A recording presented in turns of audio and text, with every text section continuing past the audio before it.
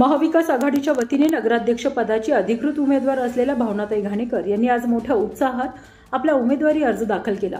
आमदार जितेंद्र आव्हाड यांच्या प्रमुख उपस्थितीत तसेच महाविकास आघाडीतील सर्व घटक पक्षांचे मान्यवर नेते, पदाधिकारी आणि कार्यकर्त्यांच्या उपस्थितीत नामांकन प्रक्रिया पार पडली। नामांकन रॅली दरम्यान उरणकरांनी उत्स्फूर्त प्रतिसाद देत मोठ्या संख्येने उपस्थिती लावली।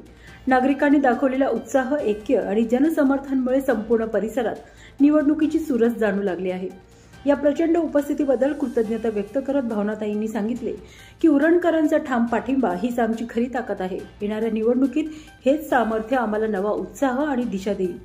आपण सर्वांनी एकत्र येऊन उरणच्या प्रगतीची स्वप्ने साकार करू।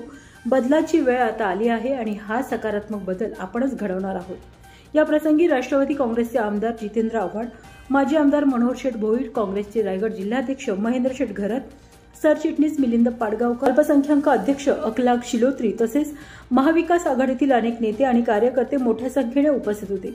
आगामी निवडणुकींच्या पार्श्वभूमीवर भावनाताई घाणेकर यांचे नामांकन उरणच्या राजकारणात महत्त्वपूर्ण ठरत असून नव्या राजकीय समीकरणांचाही अंदाज व्यक्त केला जात आहे। जनतेचा उत्स्फूर्त प्रतिसाद आणि आघाडीचा एकजुटीचा निर्धार लक्षात घेता उरणमधील निवडणुकीची रंगत आणखी वाढल्याचे चित्र दिसत आहे।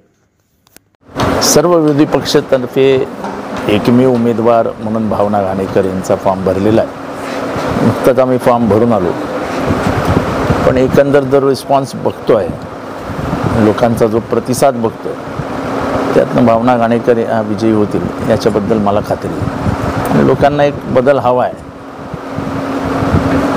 ट्रॅफिक, लोकांची इन्फ्रास्ट्रक्चरच्या बाबतीत होणारी गैरसोय, नगरपालिकेने सुविधा पुरवण्यामध्ये केलेले दुर्लक्ष, याच्याकडे लक्ष केंद्रित, याच्याकडे लोकांचं लक्ष आहे। भूमिपुत्रांना डावलून, इथल्या स्थानिकांना डावलून आपण काही करू शकतो हा जो अहम लोकांच्या मनात आलाय, त्या अहमला कुठेतरी धक्का बसेल असं माझं मत आहे। निवडणुकीचा अजेंडा जनतेचा विकास, या उरणचा विकास हा आमचा मेन अजेंडा।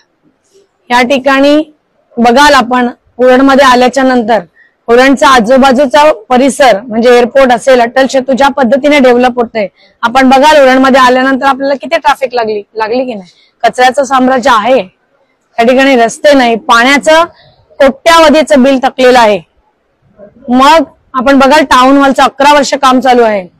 आमदार माझ्या दारी या कार्यक्रमातून आमदार म्हणाले होते की मी जूनला बायपास रस्ता करीन, नंतर म्हणाले ऑक्टोबरला करीन, पण आचारसंहिता लागली, बायपास रस्ता काही झाला नाही।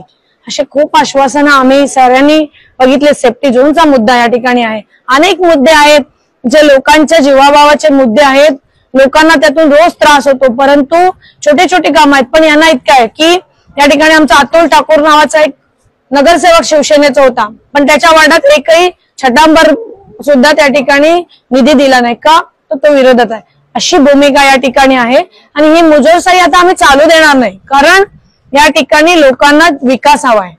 कोण मोठा, कोण छोटा, कोण कुठला, कोण काय, काम करणारा माणूस आम्हाला द्या, जो आमचं काम करेल। अर्ध्या रात्री सुद्धा आम्हाला फोन आला तर आम्ही पोलीस स्टेशनला हजर असतो।